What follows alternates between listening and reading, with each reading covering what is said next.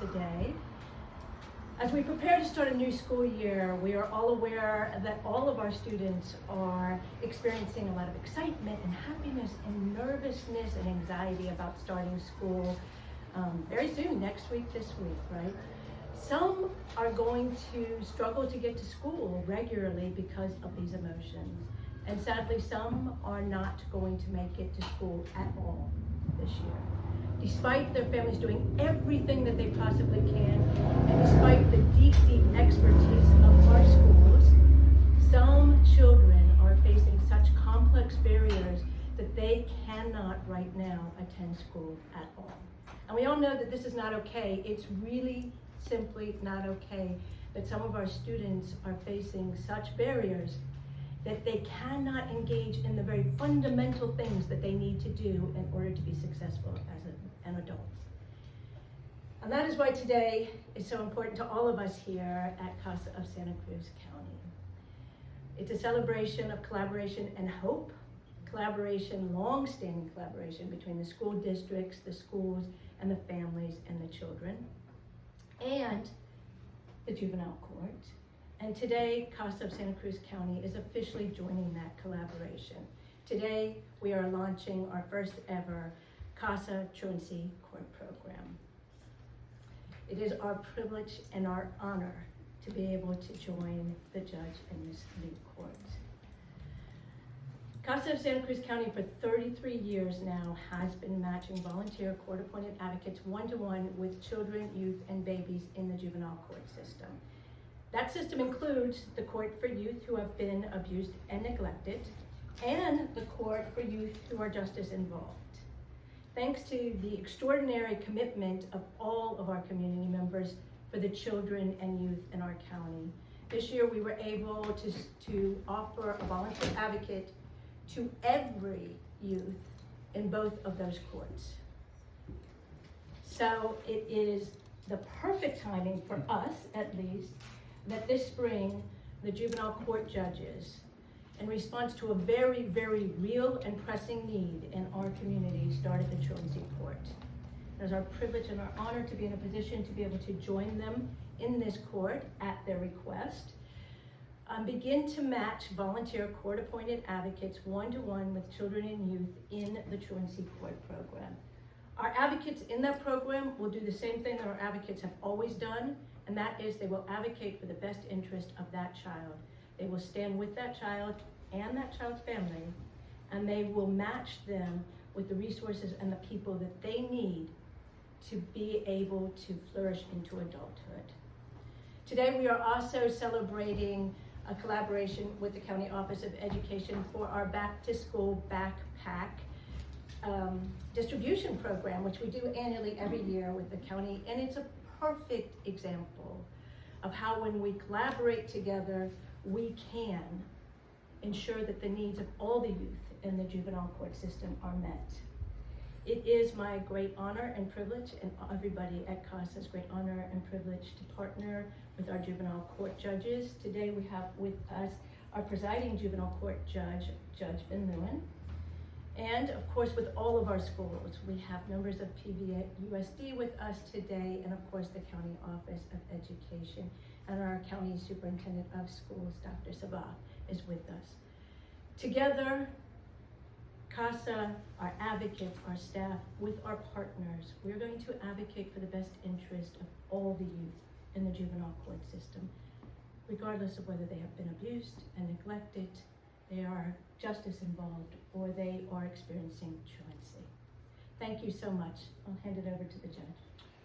Yeah, thank you all for being here. I'm just so thrilled that we have CASA, such a good support for our court. I also do the juvenile justice for our court, and so I see the correlation, the causal relationship between youth that appear for me in juvenile justice, and then I look at their school records, and unfortunately they're abysmal, right? They don't attend those stuff. So I think there's many reasons why, but obviously showing up to school is a big part of it. They'll be engaged in extracurricular or pro-social activities. They're engaged with their peers. And so the education piece is huge, right? It's so important. I mean, there's statistics that you get your high school diploma, the recidivism rate goes down, you get your college degree, goes even way further down, and then obviously if you get your doctorate or some type of professional degree, it's almost down to zero. So I got to go with the numbers. We have to do that. We really want to push the education piece. There's obviously other ways to do that, but obviously the school piece is so huge. We also want to, these are our future. This is our future, right? We want to give them the skills and the tools that are necessary, because I always tell my kids, my back is hurting, I'm getting old.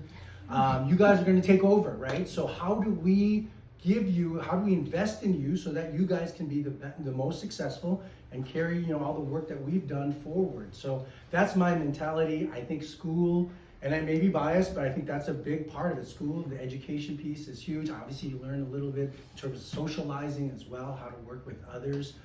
Again, there's other ways to do that, but I think school is the easy piece to get that and to help ensure that they can be successful. And then going back to the truancy court, there's many different stories of why. So I love the fact that CASA is involved, because each story, it's not a cookie cutter type of situation or a one size fits all, right? There's trauma, there could be generational trauma. The CASA can help do that or get involved in that.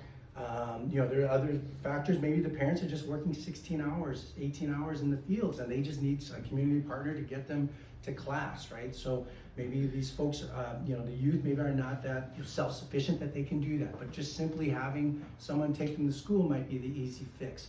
Whatever the case may be, that's why I'm so thrilled to have CASA, because they can assist us with that.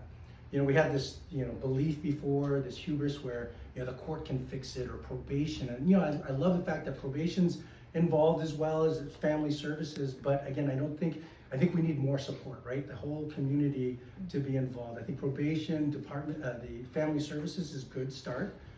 They know the resources and all that. But again, ultimately, it's got to come back to us. It's got to come back to the community.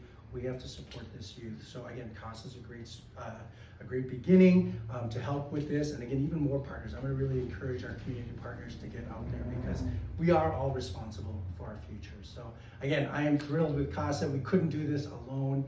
And again, we need some buy-in from our community, and CASA is wonderful in terms of that and what they've done. So I think we're going to on to good things, and I love that we're doing it now at the beginning of the school year, because it's so much easier to start off the school year strong versus trying to make it up in October or November, or then obviously in April or May next year. So I always tell my kids, let's start off the school year strong and keep that momentum going.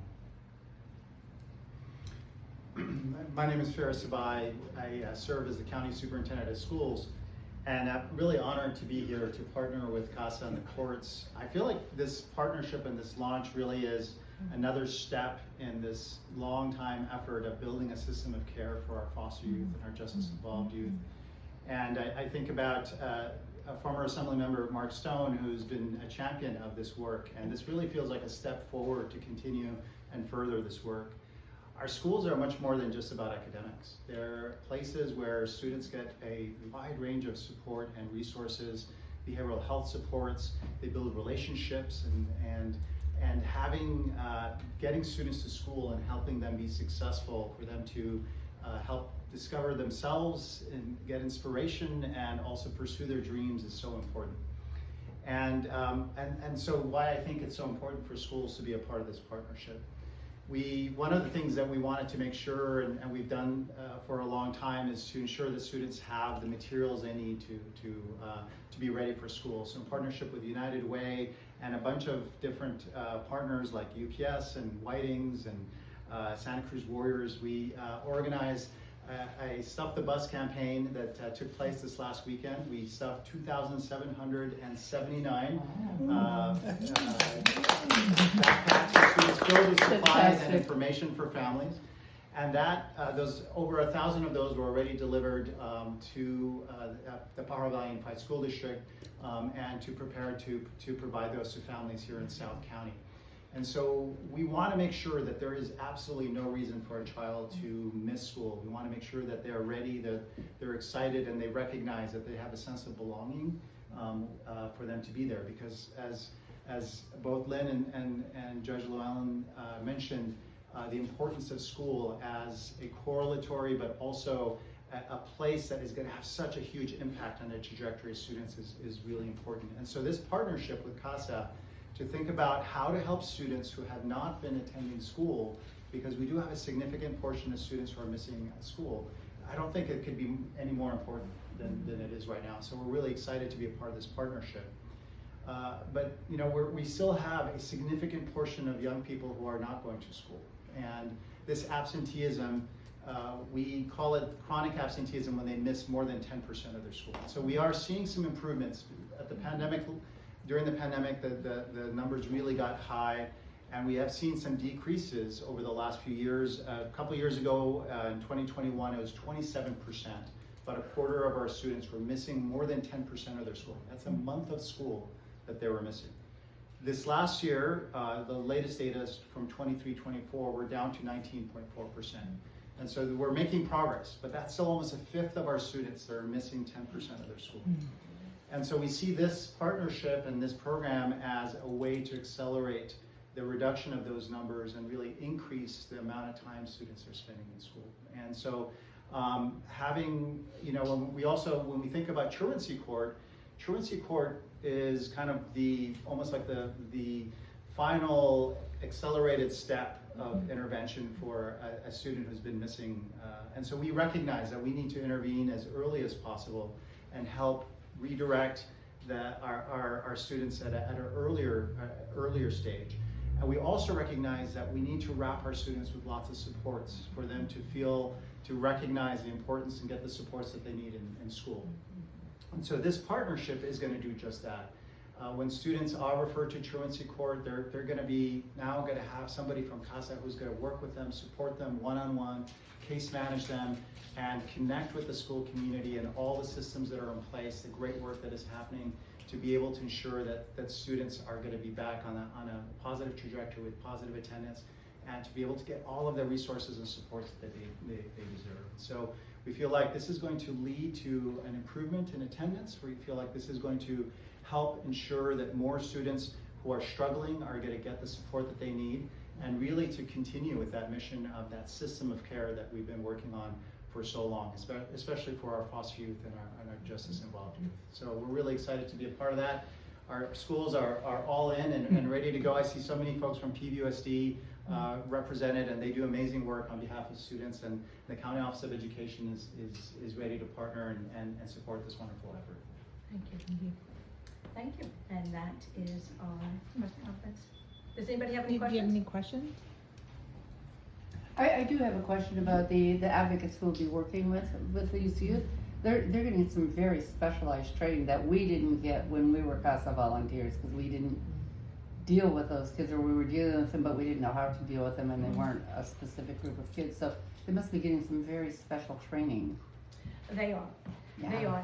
And if you think about it, Wendy, when you were an advocate for the system that works with youth who are abused and neglected, is a very complex system. It's a very, very complex system. And you receive training to be able to work in that system. It's the same thing. It's just that we need to make specialized training for the school districts and the type of things that they're struggling with.